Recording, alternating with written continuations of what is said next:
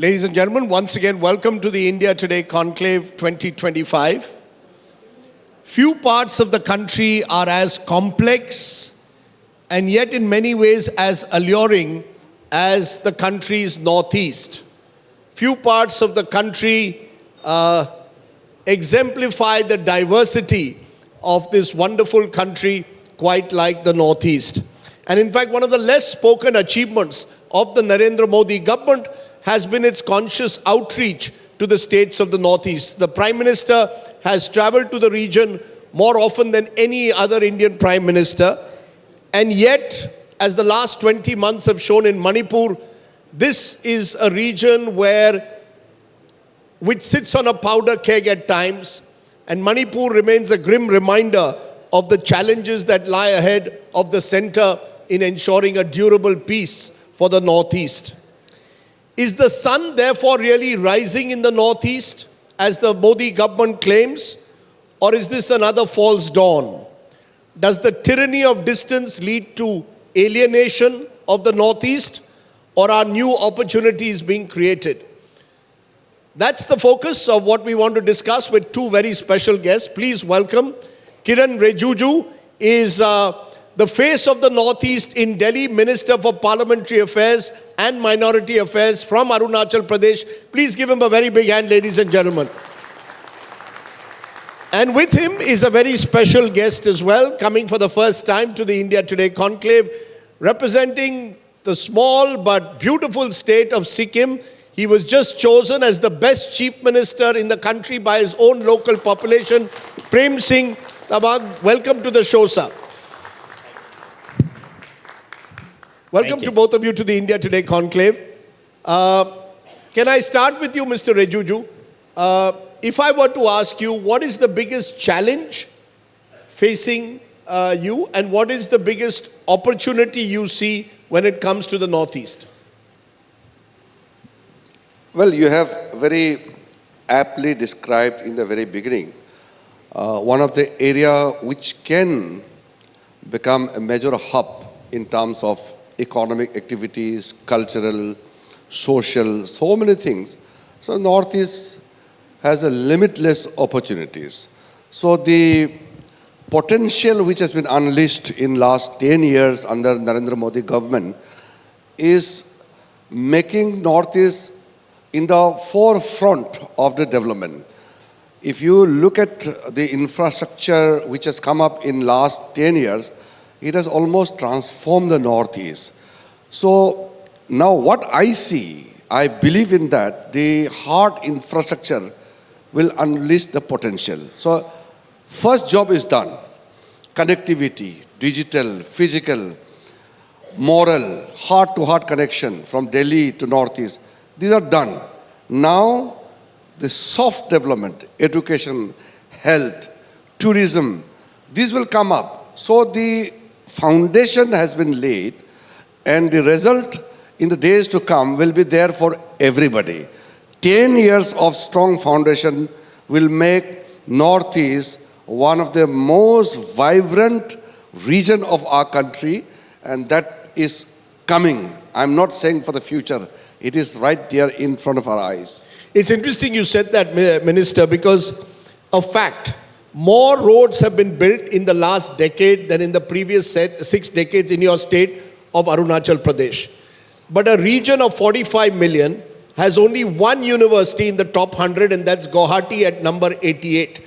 Your primary health centers still do not extend to different parts of the state. For example, in Meghalaya, one primary health center serves 47,000 people in the Khasi Hills. Massive shortage of specialist doctors. So you're creating the physical infrastructure, but your government hasn't done enough for the social sector. So if I'm a young man or woman in the Northeast, I have to leave my home state to come to a Delhi or a Mumbai or any other city for education. Is that the next challenge? You have pointed out, and I have already responded to that partially. You know, if you want to make a school, first of all, you have to make a road, you have to make water connection, you have to give electricity connection. These are the basic amenities for any civilized society in today's time. So as I mentioned about you, those you had already specified about the achievement in terms of building infrastructure. Now the health, education, other things will start. Now is the time. You wait and see. I will take you to Northeast. Okay, we'll go to India Arunachal. Today team. Yeah, sure, we'll come. I'll happily come trekking with you across Arunachal.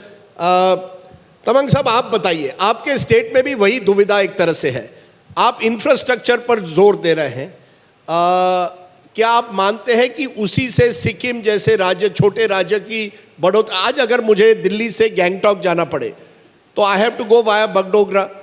क्या एक ऐसा दिन अब आएगा कि मैं direct जा सकूं, या तो ट्रेन से या एयर से? Is that the big challenge कि उस तरह का इंफ्रास्ट्रक्चर बनना पड़ेगा which makes a state like Sikkim accessible? लोगों तक हम आराम से गैंगटॉक पहुंच पाएंगे।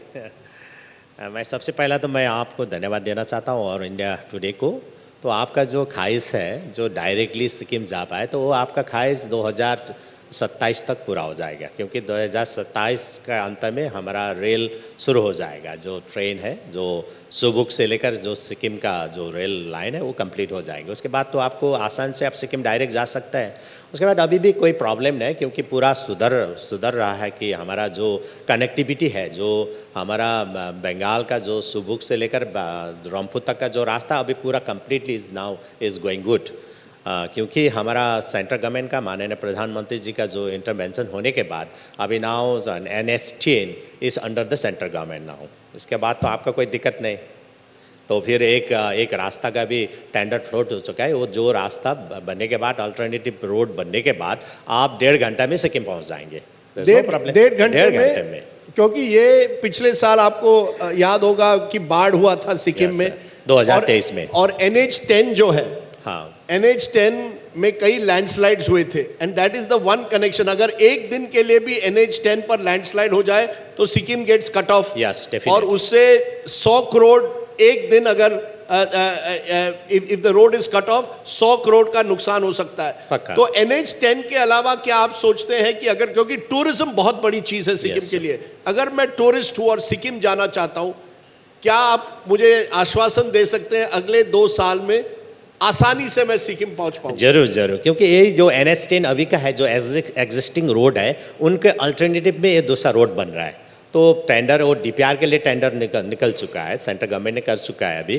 तो अब ट्रेन शुरू होने के बाद तो कोई प्रॉब्लम नहीं। और अपना सेंटर में मोदी साहब आने के बाद ही सिक्किम में अपना एयरपोर्ट बन गया। और थोड़ा सा टेक्निकल प्रॉब्लम है, और मानसून के कारण कभी कभी लैंडिंग नहीं होता, और अभी कोई ऐसा कनेक्टिविटी में कोई प्रॉब्लम नहीं है।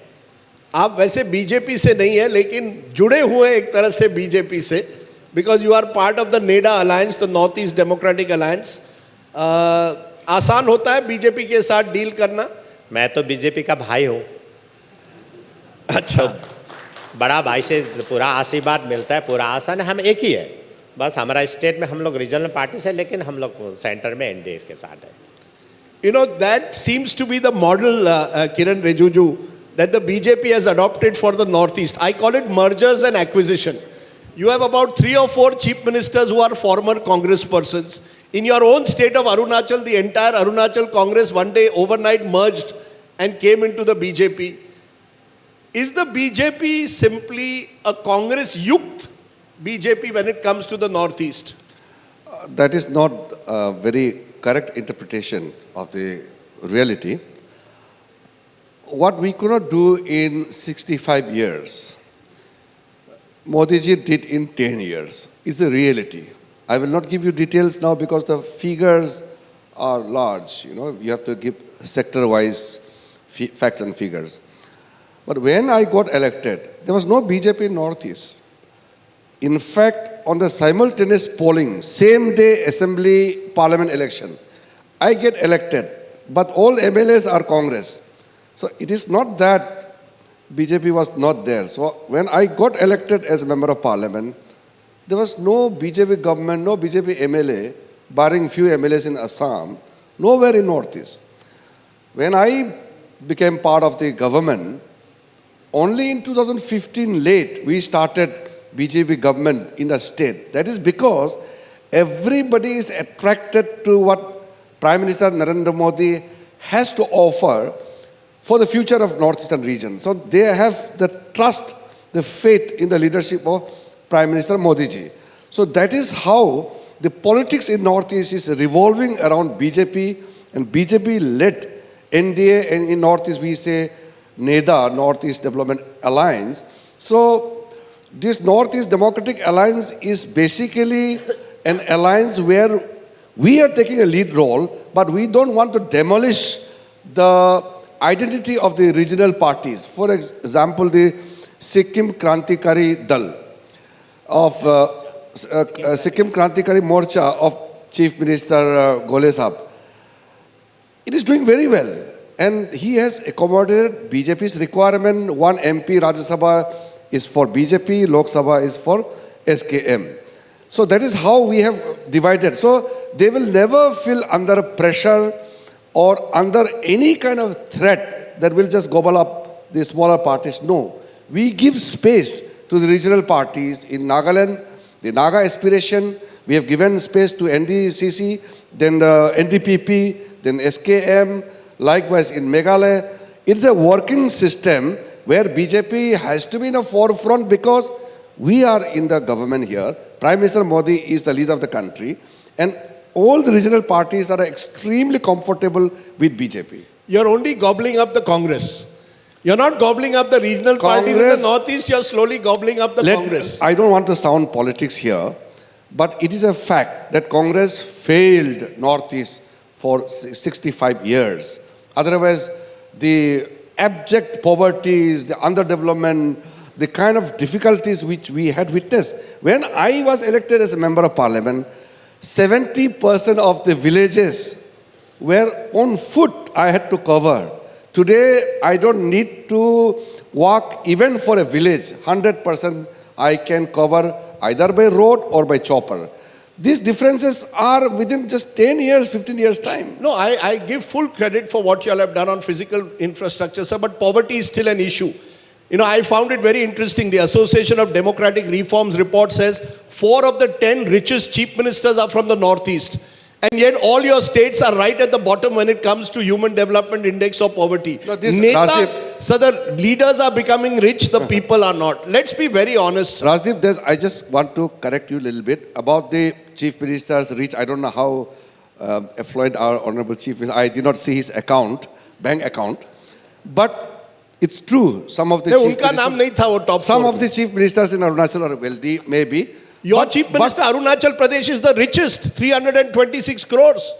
And that is only the No, no, assets declared, not undeclared. I said I'm not going into the bank accounts of the chief ministers or the politicians. What I'm saying is the poverty, what you're talking about, the yardstick to measure the level of poverty in Northeast is different. In fact, the chief minister will agree with me. In the hills, there is no poverty. Technically, there's no poverty because everybody owns land. Everybody has a farmland, everybody has a house, everybody has enough to eat, survive, and also to take care of the family members. So the poverty rate, what you count in rest of the country, will not be applicable in the hill states of northeastern region because the lifestyle, the whole process of running the society itself is different. I take that point, but are you, Tamang साहब, आपको centre पर बहुत dependent होना पड़ता है आपके funds के लिए. आप एक बड़ा डैम अब बना, you have to complete the Teesta, the new dam that you are completing. उसके लिए आपको जितने भी फंड सेंटर से मिलने चाहिए. क्या ये आपके लिए एक चैलेंज है, फंडिंग फ्रॉम सेंट्रल प्रोजेक्ट्स? क्योंकि पहले ये इल्जाम लगता था कि फंड्स आते थे लेकिन फंड्स उस प्रोजेक्ट में नहीं जाते थे, नेताओं के बैंक अकाउंट में जाते थे. क्या वो बदल गया है? क्या आपको लगता है जो फंड्स आ रहे हैं वो वाकई लोगों के सेवा के लिए इस्तेमाल हो रहे हैं? जो एक सोच था पहला कि फंड जाएगा और वहाँ प्रोजेक्ट में काम लगेगा, ये नहीं है, ये गलत है. जितना भी अभी फंड आपने बात किया कि फंडिंग का प्रॉब्लम होगा या नहीं, कोई चैलेंज नहीं है फंडिंग का. पूरा जितना भी नॉर्थ ईस्ट, पहला मैं आपको बताना चाहता हूँ 2014 से पहला north east is like a political platform, only a political platform.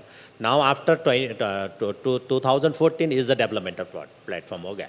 अभी मोदी साहब आने के बाद एक north east is a developmental platform बन गया, तो कोई फंड का प्रॉब्लम ना है। जो प्रोजेक्ट में यहाँ से सेंक्शन उसी काम में वहाँ इम्प्लीमेंट होगा। और सिक्किम तो ऐसा स्टेट है, सबसे ज़्यादा इम्प्लीमेंटेशन एग्जीक्यूशन सिक्किम में होता है, कोई ऐसा मिसयूज़ नहीं होता है। क्योंकि आपके सामने एक चैलेंज है टूरिस्ट को अट्रैक्ट करना, जरूर। और साथ साथ क्लाइमेट चेंज एक बहुत बड़ा चैलेंज बन रहा है। Yes. जिस तरह से फ्लडिंग हुई थी सिक्किम में, अनप्रेसिडेंटेड फ्लडिंग, Yeah, जरूर। ये क्लाइमेट चेंज क्या लोगों तक पहुंचता है क्या, या सरकारों आपकी जैसी सरकार जान गई है ये बहुत बड़ा चैलेंज अगले 10-20 साल में है कि सिक्किम जैसे लैंड में biodiversity, forestry, you will have to spend invest in climate change. Definitely हम लोग इसी में पूरा काम कर रहे हैं, क्योंकि हमारा सिक्किम में बहुत सारे लेक्स है जो डेंजर जोन में है, उसमें हम लोग काम कर रहे हैं पूरा, ताकि सेंट्रल गवर्नमेंट के पूरा सपोर्ट से हम लोग इसी में काम कर, पूरा हम लोग जितना भी हमारा नागरिक है उनको पूरा अवेयर कर रहा है कि हम लोग क्लाइमेट चेंज पे काम करना पड़े, उसमें हम लोग फोकस कर रहे हैं। जैसा हम लोग में regarding the preservation of the environment, उसमें बहुत सारे काम कर चुका है। जैसा माननीय प्रधानमंत्री जी का एक परिकल्पना है, एक पेड़ माँ के नाम, is very is a good initiative. उसी के परिकल्पना को पूरा करने के लिए सिक्किम राज्य ने शुरू किया है मेरो रुख मेरो संतति, इज़ अ लोकल लैंग्वेज है, और इसका मतलब है एक पेड़ मेरा पेड़ मेरा परिवार, ताकि एक बच्चा का जन्म होने के बाद में वो बच्चे के नाम में 108 पेड़ आपको प्लांट करना पड़ेगा कंपलसरी, और रजिस्टर करना पड़ेगा फॉरेस्ट में। और उसके बाद जब प्लांट करेंगे, और उनका अपना ज़मीन में भी कर सकता है और फॉरेस्ट लैंड में भी कर सकता है 108 ट्रीज, तो उसके बाद उनको खुद प्रिजर्व करेगा, उनको संरक्षण वही देंगे, और उसका नाम है, वो बच्चा का नाम है, हम लोग 10,800 हम लोग फिक्स डिपॉजिट कर रहा है फॉर द 18 ईयर्स। वाओ। हाँ, वो हमारा शिशु समृद्धि योजना है, ये शिशु समृद्धि योजना। क्योंकि कई ऐसे हमारे राज्य हैं जहां डिफॉरेस्टेशन बहुत हो रहा है, जिसकी हिमाचल लीजिए, और आपने देखा होगा हिमाचल में पिछले साल किस तरह से लैंडस्लाइड्स हुए, क्योंकि अगर आप क्लाइमेट चेंज, फॉरेस्टेशन पर जोर नहीं देंगे तो आपका टूरिज्म का नुकसान होगा। जरूर। तो क्या आप मानते हैं कि ये आपके सामने बड़ी चैलेंज है कि ये जो राज्य है, जैसे टूरिज्म बढ़ेगी, होटल्स बनने पड़ेंगे, will Sikkim retain its greenery? आपकी जो हरियाली है, greenest state of India, it is the greenest state of India, you have the lovely lakes of India, वो रहेंगे या नहीं रहेंगे, ये चैलेंज रहेंगे। हम इस प्रिजर्वेशन में हम लोग काम कर रहे हैं। और सिक्किम के संदर्भ में अगर बात करें तो हमारा जो फॉरेस्ट लैंड है वो बढ़ रहा है। अभी है 47% अभी हुआ है, 47% है फॉरेस्ट लैंड, अभी हमारा 2.57% में अभी बढ़ रहा है हमारा। You know, because these are very good ideas, initiatives that the Chief Minister just gave, Mr. Rejuju, but as always in India, there's a huge gap between promise and performance.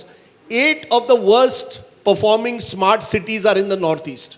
So smart city is good idea, but 8 of the 15 worst are in the Northeast. Somewhere the gap has to be filled between promise and performance. Even deforestation is taking place in large parts of the Northeast. Let's be honest, there are parts of the Northeast which were forested, but today are getting deforested. Are these the challenges that politicians realize? Development is not just about road building. It's about involving people and their ecosystem in development. See, when you talk about development, it's not only the government that we often make mistake that everything has to be done by the government. Government is the catalyst, is the responsible stakeholder. But the whole issue is about the people.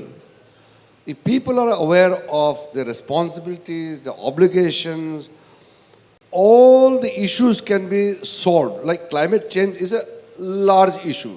I'm not going into the policies of the climate change, the environment issue, but coming to the crux of the environmental degradation, what we have witnessed across the globe. Of course, Northeast has seen large areas under deforestation, especially Arunachal Pradesh, which has the largest forest cover in the country. People have misused the opportunity which they had. I can accept that. But thanks to the Supreme Court order, the tree felling was prohibited. Now, Sikkim is doing slightly better, and Sikkim's per capita income is highest in the country. It's much higher than Delhi, Chandigarh, and Goa. So, Sikkim is the richest state, and per capita wise highest. What I see for a state like Arunachal Pradesh, which is more resourceful, bigger and more resourceful, it can catch up with Sikkim.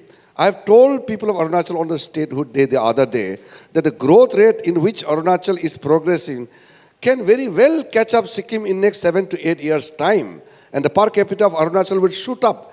If you see all the, I will not go into the detailed projects, but if Arunachal can harness the entire potential, it will have the per capita income equivalent to any of the Gulf countries. That is the potential. But not at the cost of environmental degradation, not at the cost of exploiting to the hilt just for economic prosperity. So that is why I appreciate the Sikkim model.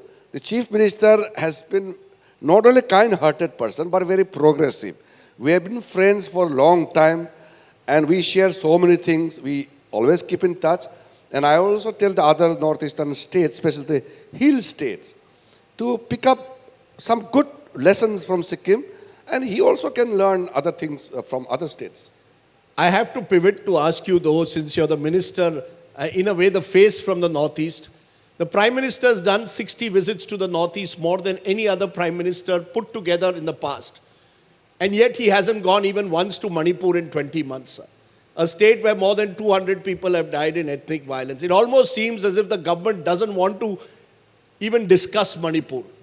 It reflects the complexity, the difficulties. We can discuss all the good things you've done. Are you willing to confront some of the problems that you face? And Manipur is a classic example. The Prime Minister has not gone even once in 20 months. Now, if anybody here to the question what you have just framed, anybody would also put same kind of question without understanding the reality. Now, what do you mean by Prime Minister just visit to a place when there's a problem? Prime Minister should know the problem. That is more important. Visiting and making a statement is another thing. This Prime Minister is the only Prime Minister who has gone to the root and to ensure that the problem what is being faced by the people of Manipur will be settled and solved for the years to come forever. There were times, I give you one small example. Manipur had gone under some kind of a civil war-like situation in the past where Meiteis and Kukis, Meiteis and Nagas, Nagas and Kukis. So three dominant ethnic groups having, run into each other in numerous occasions, years of isolations, band calls, thousands killings had taken place in the past. Now, one occasion, more than 1,000 people got killed, and there was a question in the parliament. The question was, what is government doing? Forget about the Prime Minister, Home Minister, or anybody. The MOS, the Minister of State in the ministry, gave a small written reply. And when it was asked that who has visited Manipur, forget about the Home Minister, forget about the senior officers. One joint secretary of the Ministry of Home Affairs visited Manipur, went same day in the morning and came back in the evening. Home Minister Amit Shah ji visited, stayed there for 4 days in the beginning and appealed to all the warring factions to surrender their arms. Without dialogue, you can't bring peace. So for peace and for dialogue, you have to surrender arms. Now, when the presidential this rule is imposed, the governor has already made an appeal and the arms are being surrendered. Good news are coming. The unfortunate incident, what we saw in past 1 year time in Manipur, is unfortunate for everybody. But remember, I'm just giving you one important line. Don't mistake or don't extrapolate things into different situations. The fight is not the fight of people of Manipur against government of India or against state. It is an unfortunate conflict between two communities. Government of India cannot use arms, cannot use force to bring peace. You have to appeal. You can't use force. So that is why it is not a struggling in the past. In the past, it was a struggle against Indian state. This problem in Manipur, what you saw, what you witnessed, is unfortunate, but I'm very hopeful with the hands-on approach by the Prime Minister. The Home Minister is driving. We all are equally focused and concerned. And I'm very hopeful with the support and cooperation of all the factions of the state of Manipur, we will bring peace and normalcy back to Manipur, because so much of development has happened in Northeast. One blot, one incident in Manipur is bringing a kind of a bad image, which is an unfortunate thing, but I'm very hopeful for the near future. I'm glad to hear that from you, Minister. Let's talk of the success story, which is your state of Sikkim. And we have special reason to celebrate this year. On the 16th of May, Sikkim will celebrate 50 years since it merged into the Indian Union. And at that time, it was seen as a big battle. Today, you're very much an integral part of this country. It's a reason for you to celebrate. How are you going to celebrate your 50th golden anniversary? इस साल हमारा सिक्किम के लिए ऐतिहासिक वर्ष है, क्योंकि सिक्किम भारत का 2200 राज्य होने का 50 साल पूरा करने जा रहा है। तो एक हमारे लिए एक हर्षोल्लास का बात है। इसके लिए मैं भारत सरकार का माननीय प्रधानमंत्री जी श्री नरेंद्र मोदी जी को भी इनवाइट किया है, तो कंसेंट दे चुका है। तो इससे अगर प्रधानमंत्री आ गया तो हमारे उससे बड़ा बात कुछ भी नहीं होगा सर। तो हम लोग साल भर मनाएंगे पूरा सेलिब्रेट। साल भर आप मनाने वाले हैं? From this after inauguration by the Prime Minister. And I want, अगर ये ऑडियंस में लोग हैं या जो देख रहे हैं वो सिक्किम आना चाहे, क्या कहेंगे वो 3 चीजें हैं जो उन्होंने सिक्किम आकर जरूर देखनी चाहिए? सिक्किम में एक तो सिक्किम ऐसा है, एक ब्यूटीफुल स्टेट है, सबसे सुंदर राज्य है, और एक तो वहाँ सबसे law and order is very very maintain law and order, सबसे पीसफुल स्टेट है। और एक बात आ गई यहाँ कनेक्टिविटी का, वो कनेक्टिविटी भी पूरा होने जा रहा है।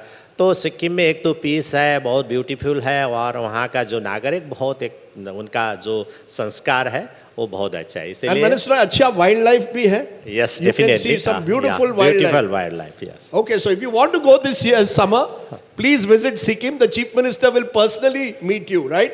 मैं अब उपस्थित सभी जनों को मैं अंतर हृदय से मैं आप सभी को स्वागत करना चाहता हूँ। सिक्किम में आए, सिक्किम का जो है उनका पहाड़ है, जैसा ट्रेडिशनल फार्मिंग है और टूरिज़्म है, वहाँ का इंफ्रास्ट्रक्चर है, वहाँ का ट्रेडिशन, सबको देख के आप लोग आइए बस। I want to ask you, Mr. Rejuju, one final question. You see, you're in a very difficult position at the moment. You're Parliamentary Affairs Minister and Minority Affairs Minister.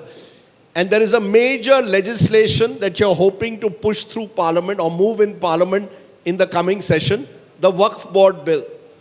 Are you confident that the Waqf Board Bill will pass through, that all your allies are on board, whether it's JDU, TDP, and you will be able to overcome all the dissent that is there, the questions that are being raised of interference with a particular religion through this Waqf Board Bill? Well, this coming budget session, second part, will be very interesting as well as very fruitful, because numbers of bills are to be considered in the coming session, because the first part we devoted to the budget. Second part, after the excess demand of grants is done, then we will go on the passing of the bills. Historic bills are coming. I will not name. No, the Waqf Board is your bill. Will the Waqf Board Bill be passed? See, Waqf Amendment Bill is one of the bills, but it's an important bill. I will be piloting it. Of course, it comes under my Ministry of Minority Affairs. I have to tell you one thing. We have to pass the Waqf Amendment Bill as soon as possible. All the Waqf boards require a basic heart therapy. That bill provides all the solutions. One thing which you have to remember, and all the audience of the India Today group, the Waqf properties in India, it's not a small thing. We have the highest private-owned properties in the world under the Waqf boards in India. Some people very casually make remarks that Waqf board has the third largest land in India, after defense, railways, then Waqf boards. This is a mistake. Don't say that. The lands owned by railways, thousands and thousands of kilometers of railway tracks, this is not for railway personal property. This is the property on which we travel. The defense land, all the battlefield, all the centers, military, army, navy, these are, nation's property. Waqf property is a private property. So don't say waqf property as the third largest. Waqf property has not only the largest property in India, but it has the largest property in the world. Secondly, no country has given so much of support to the minorities the way in which the government of India is doing. So if such a committee or anybody says that Muslims are having the largest numbers of poverty rate population, then having the largest numbers of properties, not using it for the welfare and well-being of the Muslim community, the poor Muslim community, is unfortunate. So, my final line is, this Waqf bill will be brought in.